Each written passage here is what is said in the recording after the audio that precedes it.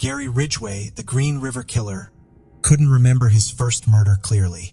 He mentioned leaving bodies in open places like against fences or in busy areas, thinking the victims might have regained consciousness and walked away. He admitted to possibly killing a sex worker in the 1970s while married to his second wife, saying something went wrong on a date. Though details of his first murder remained unclear, Ridgway confessed to having an early interest in killing. When he was about 16, he remembered seeing a boy playing.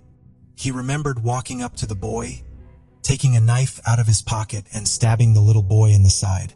He didn't know the boy, and he didn't know what happened after he ran off clutching his side. He just wanted to know what it felt like to stab someone and did it. He was in the wrong place at the wrong time, and I was at the right place at the right time. I guess what you'd call it. The task force had actually been able to locate that boy, now a grown man living in California. He had been able to confirm that a boy about 10 years older than him had taken him to the woods and stabbed him. The boy, however, made it to the hospital where he had surgery, and he never returned to school, so the suspect was never found. Once he recovered, his family had moved to California, and that statutes of limitations had long passed the assault. So who was Gary Ridgway? Gary Ridgway was born on February 18, 1949 in Salt Lake City, Utah. He was the middle of 3 boys. When he was 11, his family moved to King County, Washington, where they had a house close to the Pacific Highway South, where he ultimately found most of his victims. His father worked as a bus driver, and Ridgway has claimed that his father would bring him along complaining about all the sex workers on the streets that he saw. His mother worked at a department store part-time. Ridgway has said that he wet his bed into his early teens, and his mother would wash his genitals after every incident. He also stated that he had anger and sexual attraction towards his mother and that he fantasized about killing her. Before we proceed, I've got an exciting surprise for you. We've launched a brand new channel dedicated to intriguing content such as old historical mysteries, cold cases, and particularly chilling horror stories perfect for bedtime. Drop a comment letting us know if you're a fan of horror stories or not. You can find the link in the description below. Let's find out who will be the first to explore it. Alright, let's dive back into the video. His mother died a few years before he was arrested, and his father died in the early 90s. Ridgway is believed to have an IQ in the low 80s. He was held back twice in school and graduated in 1969 from Tay High School. After high school, he joined the Navy. While in the military, he married his high school sweetheart in 1970. He was deployed to the Philippines, which he admitted was his first time experiencing sex workers. In 1971, he was honorably discharged from the Navy and returned home. While he'd been away, his first wife had begun a relationship with another man and had filed for divorce, and they were divorced by 1972. Ridgway would say his wife had become a whore while he was overseas. In August 1971, he started a job at Kenworth Trucking, which he kept for over 30 years until his arrest in 2001. His job was only a few miles north of where he picked up most of his victims. In 1972, he met his second wife. They were married in December 1973, and they lived in several residences during their marriage. In 1975, they had a son named Michael. His second wife would remember that Ridgway liked to have sex outside and had been interested in bondage. He liked to practice walking silently when they walked in the woods, coming up behind her and scaring her.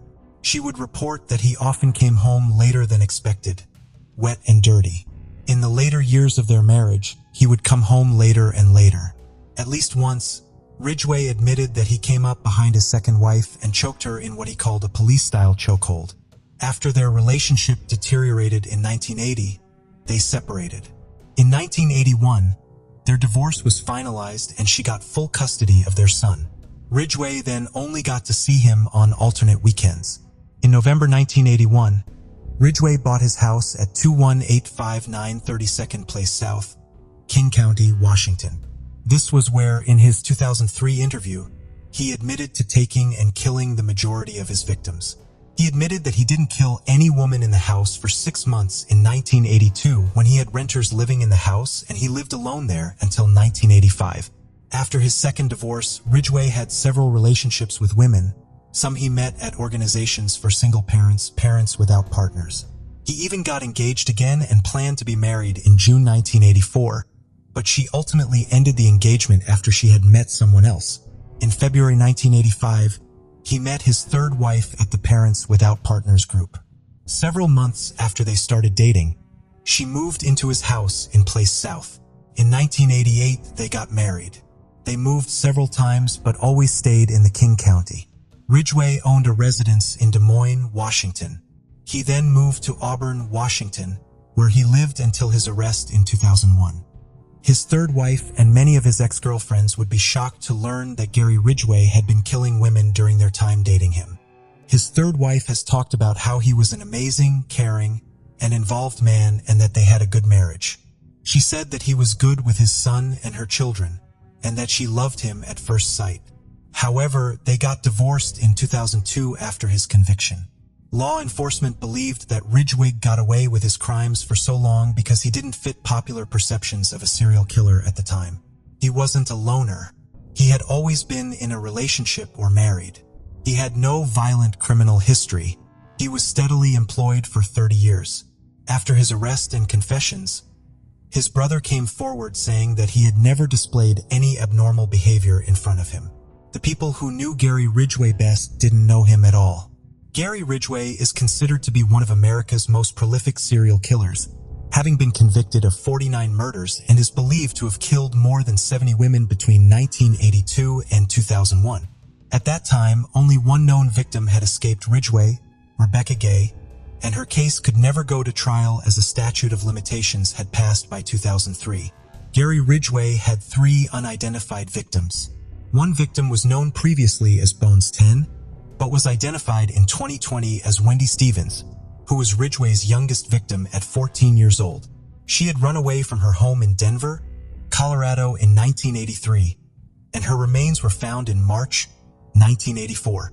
The last 2 unknown victims are called Jane Doe B11, who was found in 1986, and Jane Doe B20, who was found with the help of Ridgway in 2003. Authorities are still hopeful to identify both victims. Authorities believe that there may still be more victims out there. We may never know the exact number that Ridgway killed. Gary Ridgway currently resides in the Washington State Penitentiary in Walla Walla. He will never be free, and he will die in prison. What do you think about it? Tell us your thoughts in comments below. Let's continue. Once the task force knew about Gary Ridgway, they started talking to people who knew him. They also spoke with witnesses who saw some of the victims last. Some people could sort of recognize him in pictures, but not completely. There were stories of someone using different colored pickup trucks, while Gary had a maroon one. But they found out he could use his brother's blue truck and his father's truck too. The investigators interviewed Gary Ridgway many times over the next few years. At one point in 1984, he would be brought in for a polygraph asking if he knew anything about the Green River killings and if he'd met any of the victims. He passed the polygraph, saying he didn't know anything about them. In 1987, Ridgway was served with a search warrant for his home, including several vehicles, his person, and his workplace. They found Ridgway at his workplace when they served the warrant. The search warrant was given because they'd found metal fragments consistent with ones found at Kenworth Trucking. Green carpet fibers were also found on several bodies, and interviews with people who had been inside his home reported seeing similar carpets in the bedrooms. What they were hoping to find more than anything else were victim trophies, as a reminder of their kills and an ability to relive their fantasies. After searching everywhere, his home, backyard, work locker, and several vehicles, they could not find anything that directly connected him to any of the victims. They did, however, get one piece of evidence they hoped would help. They got Ridgway to chew on a cotton ball, and they had his saliva. Even though the task force was very suspicious of Ridgway, with no evidence being found that directly connected him to the victims, they were not able to take him into custody or charge him with any crime. From the saliva sample taken from Ridgway, they hoped that at the time, in 1987, they could get a blood type and match it to the blood type found in the bodies of the 2 victims in 1982. They were able to get a definitive match, but evidence would be put in the freezer in the hopes that they could use it in the future. In the late 1980s, the task force was reduced due to budget cuts with no concrete suspects and over thousands and thousands of man-hours devoted to the project. It cost more than $15 million from 1983 to 1990 to run the task force. That did not mean that they stopped looking for answers on who killed what was believed at the time to be more than 40 women. In 1992, one detective remained working on the Green River Killer case, Detective Tom Jensen. Detective Jensen was left to review the case files and look into new tips. In 2001, almost 20 years after the first body was found, he got approval to get evidence retested with new DNA evidence and sequencing technology. In September 2001, they found a match to the DNA found on all 3 of the victims. After all this time, the DNA matched Gary Ridgway. 2001, Gary Ridgway was arrested after trying to pick up a King County Sheriff's officer who was posing undercover as a sex worker. He had asked if she was dating and agreed to meet her down the road and was arrested on the spot. When being interviewed during his booking, he asked the detectives not to call his wife but said, quote, "You can contact the Green River Task Force. They know me really well." He was arrested while leaving work for first-degree murder. In December 2001, Ridgway was charged with 4 counts of first-degree murder in the cases of Marcia Chapman, Opal Mills, Cynthia Hines, and Carol Christensen. His DNA was found in the bodies of all the women except for Cynthia Hines, but due to her being found so close to the other victims, they had no doubt that the same person had killed her. We've covered Marcia, Opal, and Cynthia's cases, but 21-year-old Carol Christensen was found on May 8, 1983 in a wooded area in Maple Valley. She was dressed and her body had been posed. One of the only victims found this way. She was found on her back with 2 fish placed on her torso, a bottle of wine across her stomach, and sausages on her hands. She had also been strangled. Carol was last seen May 3, 1983, leaving her work at the Barn Door Tavern. She was supposed to return, but never did. Co-workers said she was known to hitchhike around the area. Later, Ridgway would be asked why he'd posed her this way, and he would say it was all an effort to confuse the task force at the time, that none of the items had a specific meaning and that he'd redressed her and placed things he had in his house that he didn't care about. Gary Ridgway pleaded not guilty to all charges.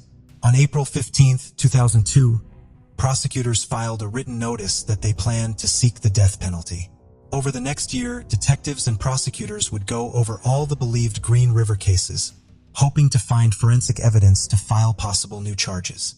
They would send hundreds of pieces of evidence to be tested. While this was going on, the King County Superior Court put a charging deadline on March 28, 2003 to ensure the trial against Ridgway proceeded in a timely manner. Right before the deadline, a private laboratory found evidence of paint smears on 2 victims, Wendy Caulfield and Deborah Estes. The paint matched highly specialized paint using Kenworth truck paint, where Ridgway worked. On May 30, 1988, construction workers digging for a playground found the remains of 15-year-old Deborah Estes in a shallow grave in Federal Way, Washington. They found 2 pieces of clothing with the remains of a bra and fragments from a black sweater with metallic threads. A witness confirmed that she was wearing it on September 20, 1982, when she was last seen near a motel. Deborah was working as a sex worker at the time. Prosecutors would file 3 additional murder charges against Ridgway. For the murders of Wendy Caulfield, Deborah Estes, as well as Deborah Bonner, the last of the victims found in the Green River on March 27, 2003, the day before the deadline. Gary Ridgway would plead not guilty to the additional charges. The trial was set for July 2004. After reviewing hundreds of pieces of evidence and witness statements, they were unable to tie Ridgway directly to any further victims. But shortly after the additional charges, Ridgway's defense team came to the prosecution with a proposition. If they removed the death penalty, Ridgway was willing to plead guilty to the 7 counts of murder, give details, and plead guilty to an additional 40 to 47 additional counts and serve life in prison without parole. In King County, as well as direct detectives to undiscovered remains of the victims not yet found. In April 2003, the prosecution had a decision to make. They could go to trial with the 7 counts and put it to the jury, hoping they would get the death penalty, or they could take the deal. Ridgway would spend his life in prison, and more than 40 families and the task force would have answers they'd waited decades for. On June 13, 2003, the prosecution agreed to the plea agreement that would put Gary Ridgway in prison for the rest of his life. Gary would provide information on all the crimes he'd committed in King County before and after the 1982 to 1984 killing spree. He would also show detectives locations of previously undiscovered remains and would give details only the killer would know of the official known victims. Detectives were able to determine victims for which Ridgway was not responsible, and those cases could be looked at with an eye on a new suspect.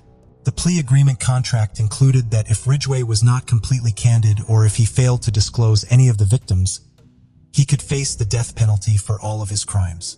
Starting in June 2003 and continuing for 5 months, Gary Ridgway was interviewed by the prosecution and task force detectives. Ridgway would claim he killed over 60 women in the King County area. As part of testing his claim to have killed his victims, he led detectives to places he left bodies and gave intricate details not previously known to detectives that had worked that case for decades. He also led them to locations that were never originally attributed to the Green River Killer. He also took them to sites of previously undiscovered remains that were missing persons believed to be Green River Killer victims, including Pammy Event, April Buttram, and Marie Malvar, the teen he was previously questioned about in 1983. He gave details of remembering being interviewed about Marie. He had leaned against the door while being interviewed so that detectives would not be able to see the scratches she had left on his arm the day before. He had poured battery acid on the scratches to disguise them. He talked about how often he did things like that. If he got hurt while moving a body, he'd fake a work injury and go on workers' compensation. He said he didn't smoke or chew gum, but would often leave wrappers and butts, even motel flyers at crime scenes to confuse law enforcement, that he would hide scratches. In his interview, he would also admit that if he got scratched, he would cut the victim's fingernails to avoid detection. In 1984, Ridgway wrote a letter to a local newspaper. It was typed, not handwritten, and it was titled "What You Need to Know About the Green River Man." It gave falsehood of what the person did for a living, saying he was a salesman. It also gave details of the crimes, including the fingernails being cut, which investigators did not know until told to them by Ridgway. The letter was sent to the FBI and was concluded not to be from the killer. Gary confirmed that it was, in fact, from him. One of the last things he did to try and throw off the task force was when he dumped 2 bodies in Portland, Oregon, trying to get the task force to believe that he'd moved on. During his 2003 interview, he first started by giving bits and pieces of information, because he didn't want his friends or family knowing what he had done. Early on, he would claim that he didn't plan to kill women when he picked them up. He would wait until something had provoked him into a rage. He would later admit that he would always plan to kill the women once he picked them up, offering them more money than they'd asked for because he knew he would never pay it, and that he might actually make money if the women had any cash on them when he killed them. He talked about how he would use the picture of his son to put his victims at ease, showing his ID covering his name with his son's picture below it. That was not the only way his son was involved. He would admit to picking up his second victim, 19-year-old Giselle Lavorne, in 1982 with his then 7-year-old son in the vehicle. He would pick her up for a date and she directed him to a spot. He told his son that he was going for a walk with the woman and to stay in the car, and once out of his sight they would have sexual intercourse, and that he thought he heard his son. When she looked up from behind, Ridgway put her in a choke hold until she passed out. He then used his socks tied together, wrapped around her neck, and used a stick to tighten until he was satisfied that she would not regain consciousness. He went back to his son and dropped him off, returning later to dispose of the body. He also admitted to returning to the body days later, while his son was sleeping in the car, to have sex with the body post-mortem. He often took women back to his house and would show them his son's bedroom before he killed them. In the interview, he admitted that dozens of women asked if he was a Green River Killer when they got in his car and before he killed them. He would use a small stature and picture of his son to explain he could never be the killer. Some would be reluctant to get into his vehicle because they believed he was a cop. He'd keep beer in his truck and offer it to them, saying that he wasn't a cop. He explained in the interview that these were not random spur-of-the-moment killings, that he would get in his truck and go out specifically with the intention of picking up sex workers to kill them.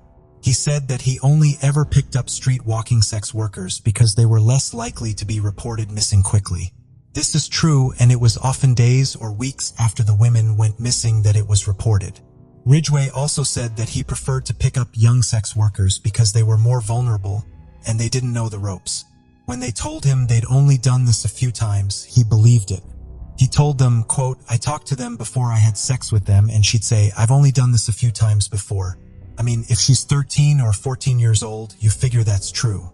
If you got one that's 20 and 25 that talks the slang, and everything they say, "I've only done this a few times," they've probably got an arrest record and they're lying. But the young ones stood out more because they talked when they were dying. He did talk about how a few times, but not many during his killing spree, that he'd pick up a sex worker intending to kill her, but that didn't happen often. He also sometimes would go through with a date in the hopes that the women would feel more comfortable. In his car the next time he picked them up, and then he would take her back to his house and kill her.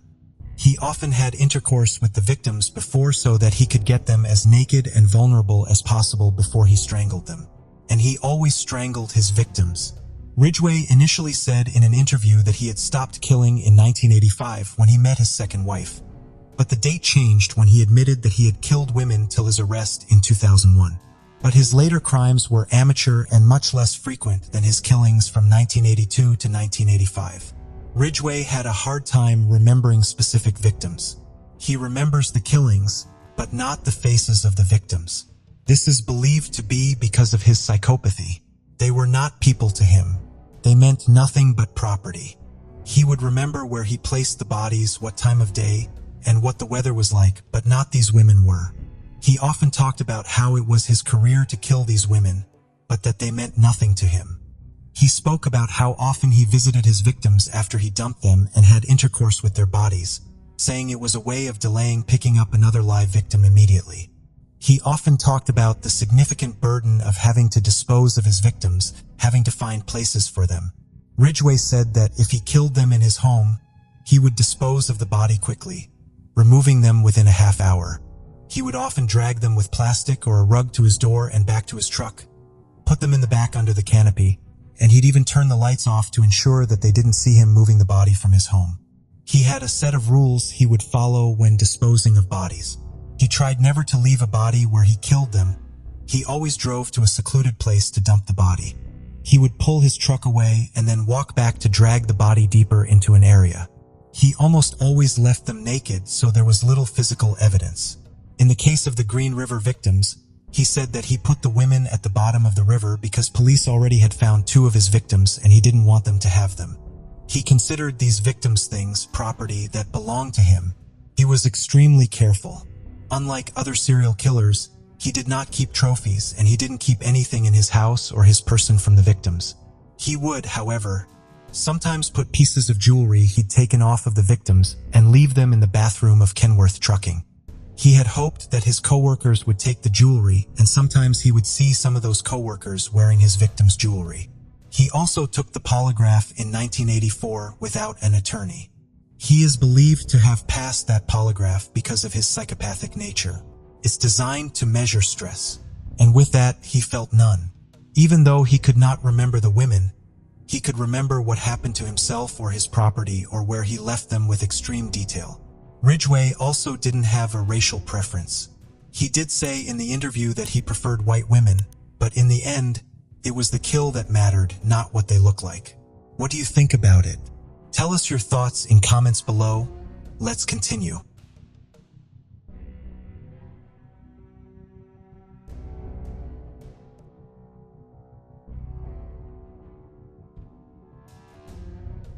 Before we continue, 90% of you haven't subscribed to our channel, so if you like this video, please subscribe. It motivates us to make more content for you. Okay, let's continue. Before we proceed, I've got an exciting surprise for you. We've launched a brand new channel dedicated to intriguing content such as old historical mysteries, cold cases, and particularly chilling horror stories perfect for bedtime. Drop a comment letting us know if you're a fan of horror stories or not. You can find the link in the description below. Let's find out who will be the first to explore it. Alright, let's dive back into the video. The death of a young person is never easy. We say things like, their life was cut short and they had so much more to offer the world. For Martha Moxley, those things were indeed true and more. Martha never got the opportunity to grow up and change the world. Her legacy was ripped from her, taken by force by a selfish individual who felt entitled to her. Martha's name has become synonymous with violence, and her killer walks free, leaving her family to advocate for her justice. In the summer of 1974, Martha Moxley and her family moved to Greenwich, Connecticut.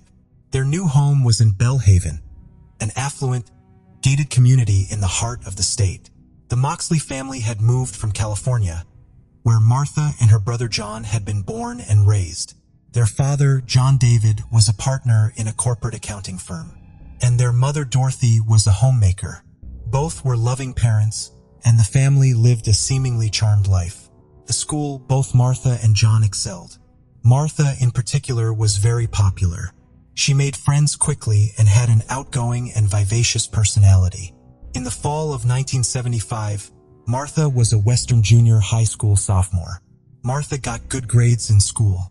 She was athletic, talented in various arts, with an affinity towards drawing and sketching, and had even been voted the most popular girl in school in her yearbook. Those who knew her said Martha was kind, confident, and easy to get along with. She was upbeat and friendly and was often surrounded by friends. Martha was also family-oriented. She didn't mind spending hours and hours with her family on trips or at home. However, like most teens, she wasn't perfect. Sometimes she would miss curfew, sneak a beer, or get caught smoking cigarettes. However, by and large, her parents noted she was a good kid and didn't have any concerns about her. They trusted her ability to make good decisions and felt she was responsible and level-headed. That summer, she made a new group of friends that she'd met at the Belhaven Club within the gated community.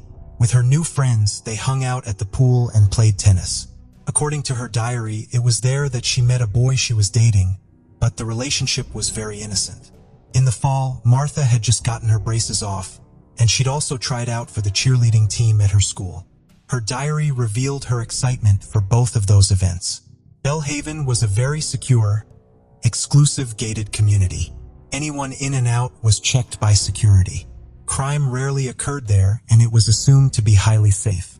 All the neighbors knew each other, and all the kids seemed to get along. It was the kind of neighborhood where parents trusted other parents and felt that they had each other's backs. If kids were hanging out in the community, it was regarded as completely safe. No one could predict what would happen the last weekend of October. The likelihood that it was one of their own would tear the community apart. The night before Halloween, October 30th, was known as Mischief Night to the teens of Belhaven. That evening, Martha was supposed to be grounded, but begged her mother to let her go out with her friends, and Dorothy Moxley agreed and let her go. Mischief Night was supposed to consist of innocent pranks, phone calls, bell ringing, maybe even toilet paper in a couple of trees. Nothing serious, and nothing that would cause damage to others. Martha left that evening around 6 p.m. She was accompanied by a somewhat large group of kids from the neighborhood. She left the house with her friend Helen and was due to come home at her 10 p.m. curfew. Dorothy stayed up, waiting for Martha to come home, and once Martha's curfew had passed, she called over to Helen's house to check in and ask if Martha was still with her. Helen said Martha wasn't there. Martha was still at the neighbor's house, last seen with the Scudgel boys, 17-year-old Tom Scudgel and his younger brother, 15-year-old Michael Scudgel. After the call with Helen, Dorothy was sure she would see Martha crossing the street to come home.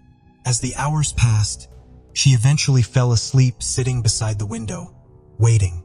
The following morning, Dorothy checked Martha's bedroom and noticed the bed had yet to be slept in. She raced around the house, and when she couldn't locate Martha, she called the police. She knew right then that something was deeply wrong. The police, however, weren't initially concerned. They reassured Dorothy that missing teens usually turn up at a friend's house. But Dorothy knew Martha and something wasn't right. She and her son John decided to go door to door to ask neighbors if they knew where she was. The first place she went was over to the Skakel house. The father, Rushton Skakel, was a widower with 7 children. Ruston was the brother of Ethel Kennedy, wife of John F. Kennedy. Tom Skakel answered the door and told Dorothy he had not seen Martha since the night before, and neither had his brother. Dorothy continued knocking on doors and calling friends to no avail.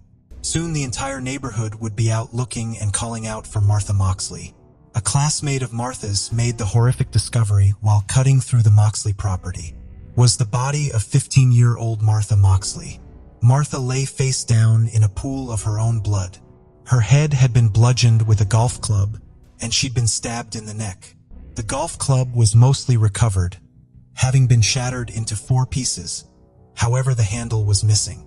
It was revealed that Martha's jeans, underwear, had been pulled down to her knees, but officials have stated that she wasn't sexually assaulted. Detectives speculated that Martha had been attacked only 200 feet from her front door. The first blow appeared to have been to her jaw, signifying she had faced her attacker, but evidence showed she'd been taken by surprise. She didn't have many defensive injuries, and the initial blow to her face had likely rendered her unconscious. There were drag marks from the initial attack site to under the tree where her body was found.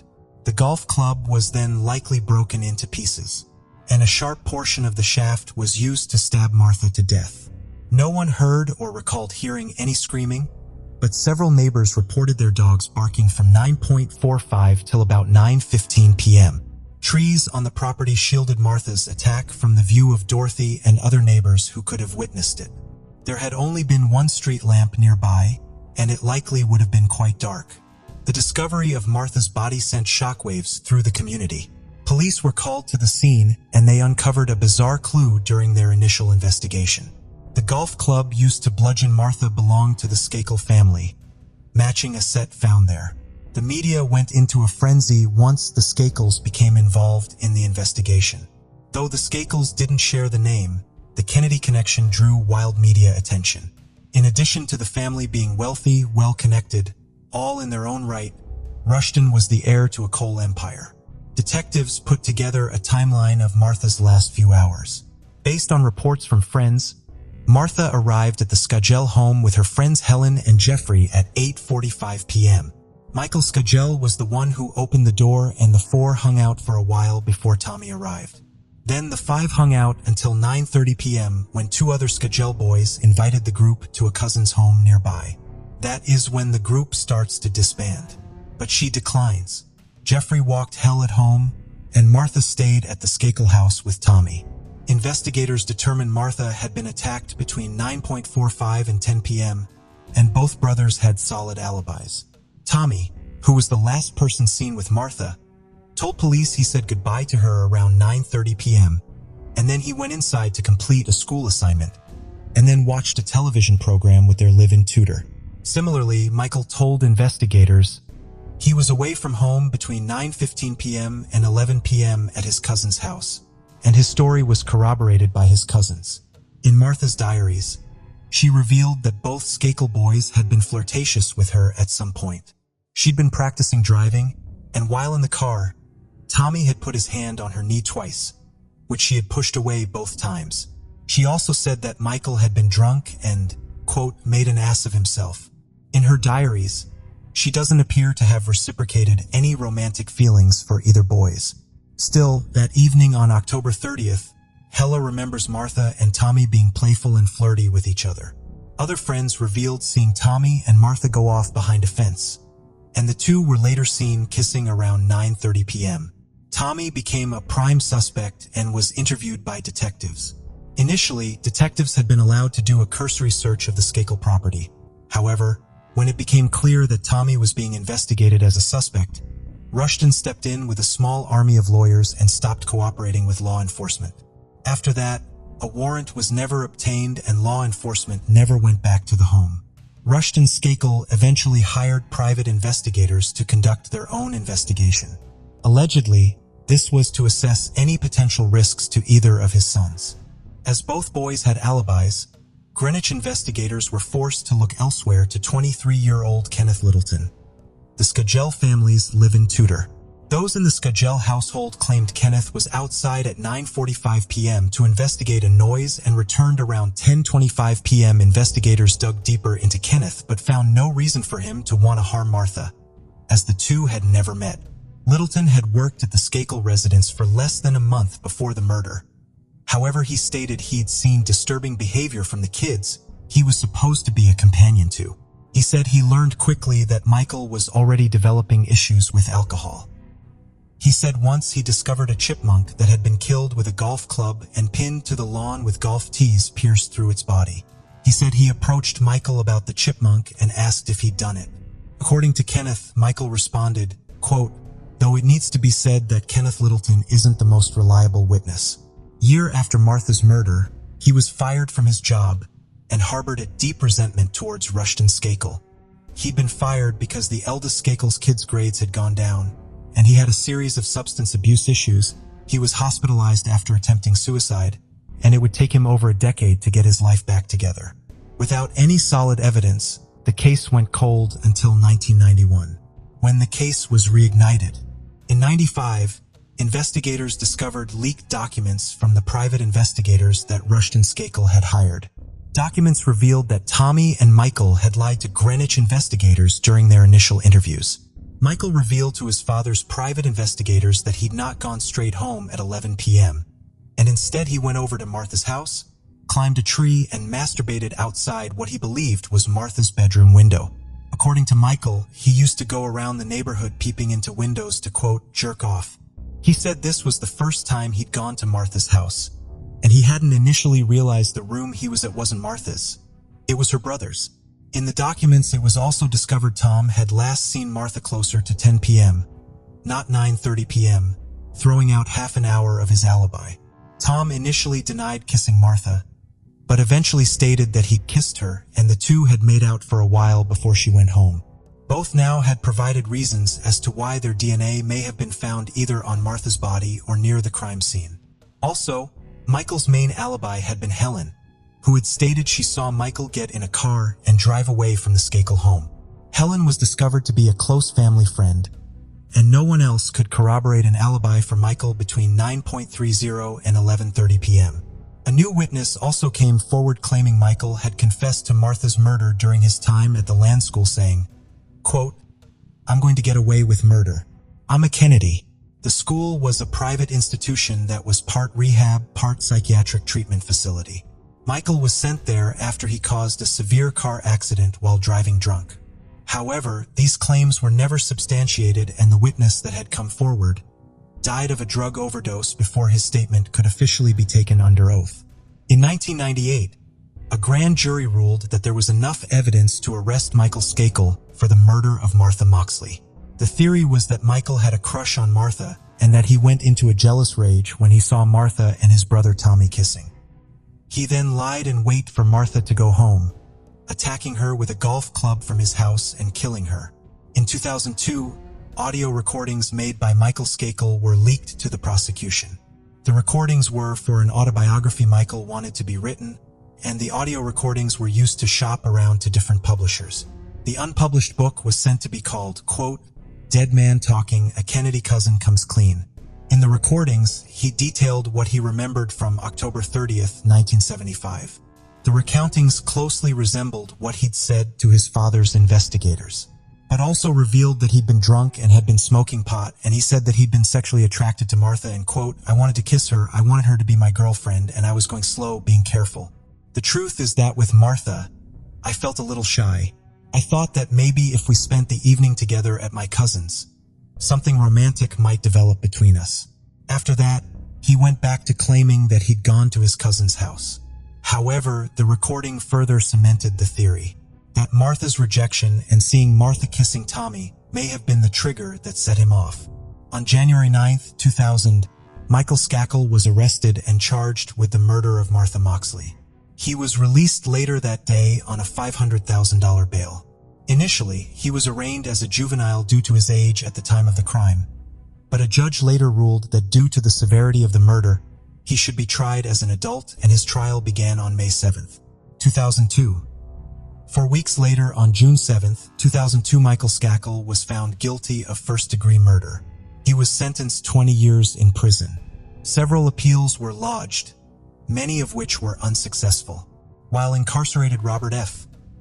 Kennedy wrote 2 books supporting his cousin's innocence, also subsequently going on a media tour to promote his books, but also to promote the belief that Michael was scapegoated into taking the fall for Martha's murder. In 2013, a judge granted Michael a new trial and he was released on bond. Still then, The Connecticut Supreme Court reinstated the original conviction and he was remanded back into custody. However, in 2018, the Connecticut Supreme Court reversed the ruling overturning the conviction. In 1975, the original investigators from Greenwich PD were noted as inexperienced in investigating this type of crime. It's unclear how much of the evidence had been preserved correctly. At the time, Greenwich wasn't known for many murders, and so when dealing with a case of this magnitude, having inexperienced law enforcement working the case could have been detrimental. The best chance of my getting this parole is to admit guilt to this crime. But again, 10.5 years later, I can't do that. I did not commit this crime. As far as re-examining evidence, it is unclear if the clothing worn by Martha was ever re-examined for DNA, or if it might be worth exhuming her body to see if any new forensic evidence can be found. Keeping in mind, her body had been dragged 80 to 90 feet, and there should be DNA left behind from the killer. Accusations of special treatment for the Skagel family also plague the original investigation. Once the murder weapon had been identified as coming from the Skagel home, proper search of the property was never conducted. This seems to have been a huge lack of judgment from law enforcement. A key piece of evidence was also never found. It was the golf club handle. That piece likely holds key evidence that could directly point to the killer by way of fingerprint or DNA. There also appears to be several pieces of evidence missing from the original case file. Photographs from the autopsy were cataloged but have since disappeared, along with other pieces taken by the medical examiner. This case gets more and more mysterious. Missing evidence, bumbled police investigations, and accusations of special treatments, all in what appears to be an effort to protect a killer. Which begs the question, who is worth protecting? Or rather, whose reputation is worth protecting? And how much money does it cost? And whose pockets are deep enough to afford it? Michael Skakel was released from prison and is now a free man. According to reports, the state of Connecticut does not plan to retry Michael Skakel for the murder of Martha Moxley due to insufficient forensic evidence. Many of the original witnesses have now passed away. Many believe that had Michael Skakel not come from such a prominent family, the case never would have been dismissed, overturned, or ignored. Martha Moxley's killer likely still walks free, and her case remains unsolved, and justice for her murder has never been served.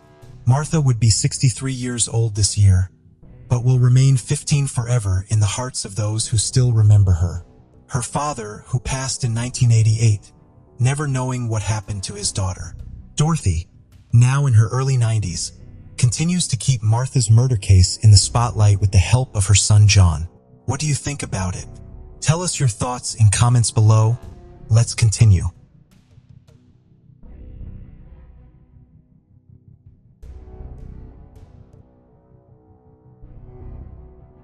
Cheryl Thompson, a 19-year-old student at the University of Cincinnati in early 1978, was known for her kindness and sweetness by those close to her.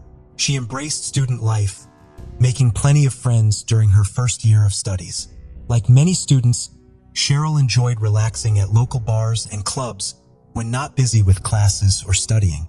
However, tragedy struck the Thompson family in March 1978, and it would take 4 decades before they finally received some answers.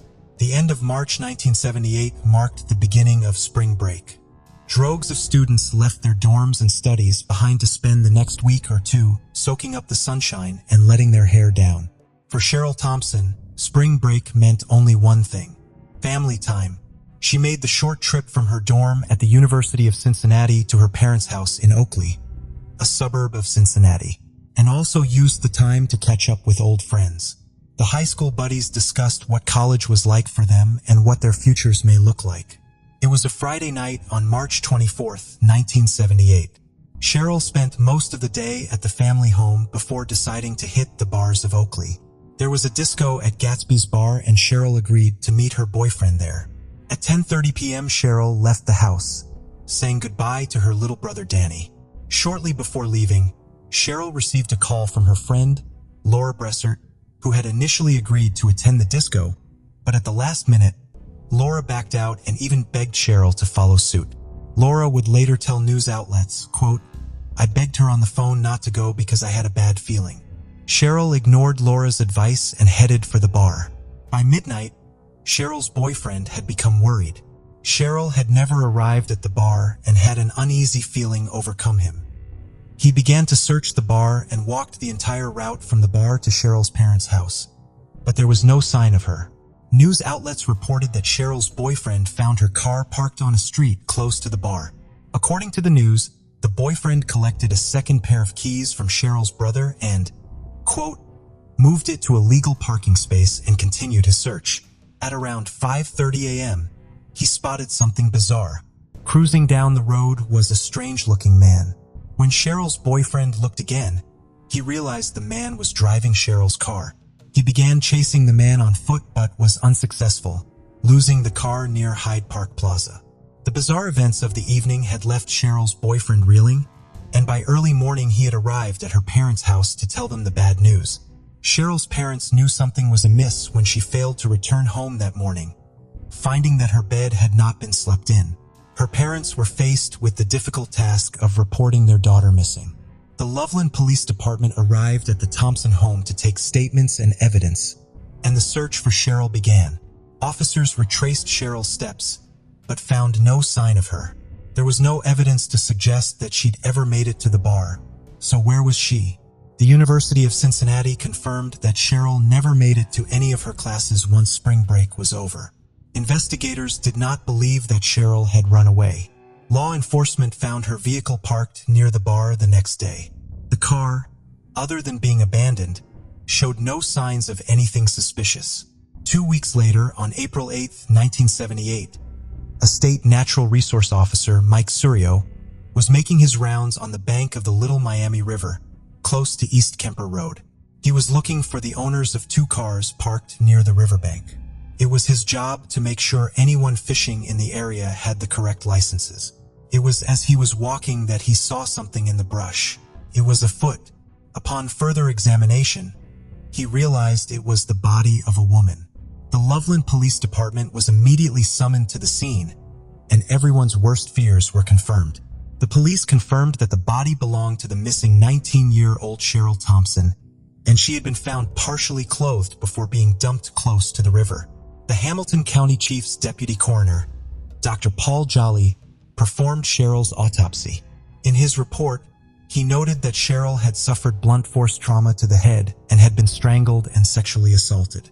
The brutality of Cheryl's death shocked her family, as well as the residents of Oakley. Cheryl had been an average 19-year-old university student. Who would want to harm her and why? Residents tightened their security measures, and women were more cautious of unknown men. Cheryl Thompson's brutal murder wasn't the only one that rocked Hamilton as well as surrounding counties. In 1978, shortly after Cheryl's body had been discovered, news reports began connecting Cheryl's case to others in the area. According to this report, at least 15 other girls and women were found murdered between 1976 and 1978, all under similar circumstances. The list reported goes as follows: Lisa Jansen, 12 years old; Charmaine Stola, 17 years old; Nancy and Theobald, 18 years old; Diane Sue McCroby, 16 years old; Elaine Bear, 15 years old; Nancy Gritzby, 23 years old; Victoria Hincher, 24 years old; Dorothy Sullivan, 18 years old; Linda Dyer, 15 years old; Mary Ruth Hopkins, 21 years old; Carol Sue Klabler, 16 years old; Unidentified, 25; Susan Gorman, 19 years old; Linda K. Harmon, 17 years old; Cora Ellen Durham, 27 years old. Hamilton residents feared a serial killer was on the loose, and nobody knew who could be next. In 1978, DNA evidence was not yet available. However, the coroner, Dr. Jolly, and crime scene investigators obtained swabs from Cheryl's body to preserve for future use. One of these swabs was what was now commonly referred to as a sexual assault kit. Dr. Jolly could not establish an exact time of death, although he believed she'd been there for around 3 days. Cheryl had been missing for much longer than 3 days, so what had happened to her during that time? Cheryl's boyfriend was thoroughly interrogated and questioned, and he was eventually dropped as a possible suspect. Investigators combed through Mountain's paperwork, looking for a golden clue, but Cheryl's case quickly turned cold. For decades, the swab kit sat in paper bags in the evidence locker of the Loveland Police Department office.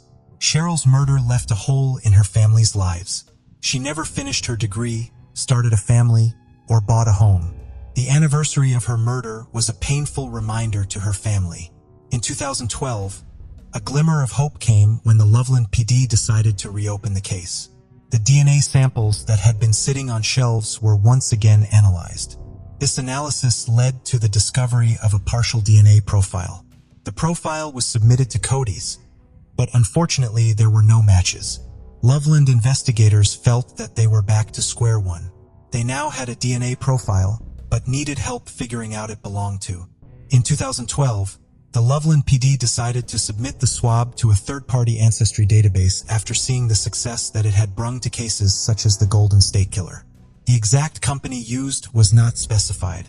When these DNA samples were sent off for analysis, the company took just a few weeks to narrow it down to a single family tree. A brother, cousin, and an uncle from this family agreed to submit to a DNA test, eventually ruled them out as suspects. Genealogists were able to tick off male members of the family until they reached one name, Ralph Howell. Howell had been employed as a delivery truck driver for the Cincinnati Enquirer and was an over-the-road truck driver. Ralph had died in 1985 in a car crash, but his criminal history cemented him as a primary suspect. 2 years before his death in 1983, but of the pretense that he would drive her home. Shortly after entering the vehicle, Howell pounced on the woman, throwing a rope around her neck and strangling her. Fortunately, the woman was able to escape and reported the incident to the police. Disturbingly, Howell was able to negotiate his charges, eventually settling on the charges of unlawful restraint, which was a misdemeanor. Howell was now free to do as he pleased, knowing that he would only be sentenced to misdemeanor charges. Investigators believed that this was not Howell's first crime, but it was the first time he'd been caught. In the wake of the DNA analysis, Ralph Howell's body was exhumed and a sample of his DNA was obtained from his jawbone. This sample was sequenced, and in November 2022, the Loveland Police Department, in cooperation with other agencies, posthumously charged Ralph Howell with the sexual assault and murder of 19-year-old Cheryl Thompson. Whilst Ralph is no longer with us, this conviction brings some closure to Cheryl's family. Cheryl's brother Bill told the media in a statement on behalf of the family, quote, "We are glad my sister's killer is dead and can't hurt anyone else. As a small family, we're still glad that they finally got some closure." Hamilton County Prosecutor Joe Dieters told the media, "There's no doubt in our mind that Ralph Howell was a serial killer. Along with the murder of Cheryl Thompson, Ralph is believed to have murdered a 17-year-old Charmaine Stola, murdered in 1978, 18-year-old Nancy and Theobald, murdered in 1977, and 24-year-old Victoria Hinscher, murdered in 1976. Unfortunately, DNA was not recovered from these victims at the time of their murder, making it unlikely that law enforcement will be able to positively link Ralph Howell to the murders conclusively. However, due to the circumstances of all three murders and their closeness to Cheryl's murder, they are confident that all four are connected. At this time, it is unclear if the Loveland PD will go forward in trying to exhume these victims. Due to his employment in the trucking industry, law enforcement has stated that there may be other victims outside of the region where Howell lived. They will go forward and submit his DNA nationally to see if there are any more victims connected to him. What do you think about it? Tell us your thoughts in comments below. Let's continue.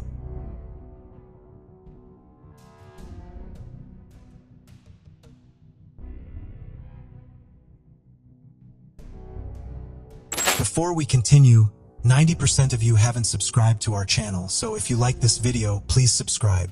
It motivates us to make more content for you. Okay, let's continue. Thank you for joining us on this journey into the depths of unsolved mysteries. Cold cases not only challenge our understanding of the past, but also ignite our curiosity and determination for answers. Remember to subscribe to stay updated on our latest investigations. And if you have any information regarding the cases we've covered, don't hesitate to reach out. Together, we can shed light on the shadows of the past and bring closure to those who seek it. Until next time, stay vigilant, stay curious, and never stop seeking the truth.